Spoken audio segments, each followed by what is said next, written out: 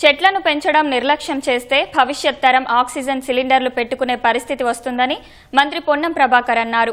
ప్రపంచ పర్యావరణ దినోత్సవం సందర్భంగా హైదరాబాద్ గోల్కొండ ఏరియా ఆసుపత్రిలో మంత్రి పొన్నం మొక్కలు నాటారు. కాలుష్యాన్ని నియంత్రణ చేసుకోకపోవడం వల్ల అనేక రకాల వ్యాధులు వస్తున్నాయన్నారు. ప్రతి ఒక్కరూ మొక్కలు నాటి వాటిని సంరక్షించాలని మంత్రి పొన్నం ప్రభాకర్ కోరారు. భగవంతుడితో సమానంగా చెట్లను కూడా మనం పూజిస్తూ ఉంటాం, కొలుస్తూ ఉంటాం.